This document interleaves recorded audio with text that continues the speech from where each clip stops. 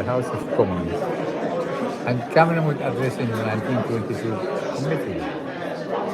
And he was coming out, and Boris was there, Boris was an MP, and Cameron was the Prime Minister. So, in front of the committee corridor, there's another little corridor going to the toilets and to the staircase, which you can go down to the other part of Westminster Palace. So I was speaking to Boris at the time, but first I actually asked him, Cameron when coming to person, and I went to speak to Boris.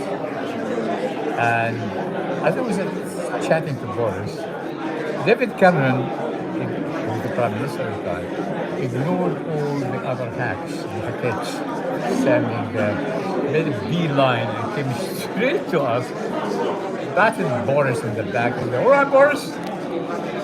And because he was seeing Boris speaking to one of the older hacks in the lobby, this guy. I'm not actually making to make any comments about his motives, whatsoever. And so I turned down to the Prime Minister.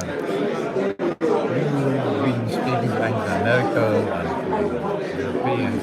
Are we going to accept any quotas of immigrants coming here to Europe? He said, no, quotas are not accepted. I said, thank you very much, Prime Minister. That's very much. But the interesting dynamics was Cameron and the Prime Minister saw an old hack from the press gallery, from the lobby, speaking to Boris. So he made a straight dash to see what the hell is going on. What's been your favourite moment as an old hack?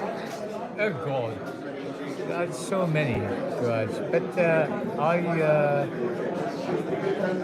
the dynamics actually between Boris at that time, and Cameron was the Prime Minister, between Boris and Cameron was quite interesting because we would go to the Christmas party, then they would sleep at the lobby for the summer party.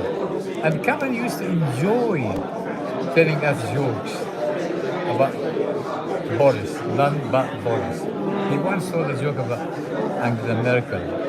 Most of the jokes were about Boris. I don't want to reveal any more information about that. What was your favourite joke? What was the favourite joke he told?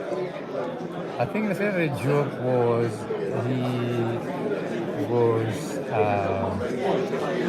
the one he was campaigning with Boris in his constituency, knocking on the doors.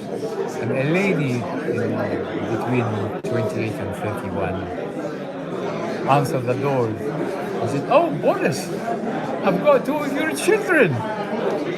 That's actually how Cameron told it. And quoting Cameron, he said, and Boris's face went white. By the way, he said, "Oh, I mean, I'm a teacher. I've got two of your children in the class." Man, you've had an amazing career. What has been the highlight? How many highlights? My career expanded before you were born, young man. I covered the Six-Day War. I covered the Biafra War. I covered the Yom Kippur War. I was a foreign correspondent. I was outranked by Saddam Hussein, but only became home correspondent, political correspondent, the House of Commons in the last 25 years. And that's been your biggest regret? Biggest regret?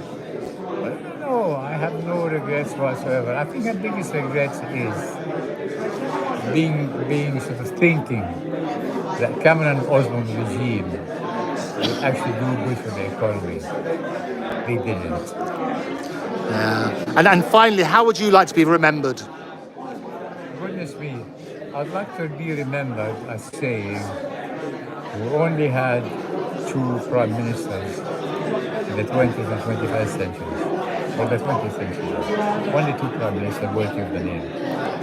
So Winston Churchill and Lady Margaret Thatcher, and nobody else is qualified for this time. Finally, let me get breaking news about Joe Biden, and he pardoned his son Hunter. What's your view on that? I think he's going to leave a legacy of regret for the American democracy.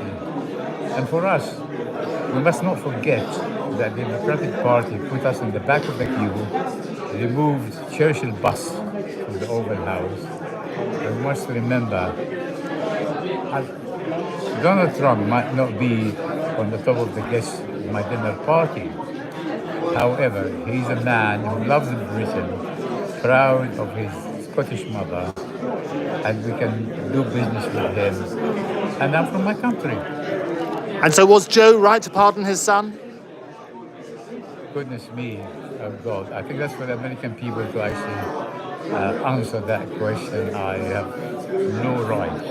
Oh, you have a right. Well, you have an opinion. What's your I have opinion? no right as one of His Majesty's subjects to answer this question. If you were Joe, would you pardon him? As I said, I have no right as one of His Majesty's subjects to answer this question. Wonderful. Thank you so much. It's good to see you. Thank you, sir. Okay.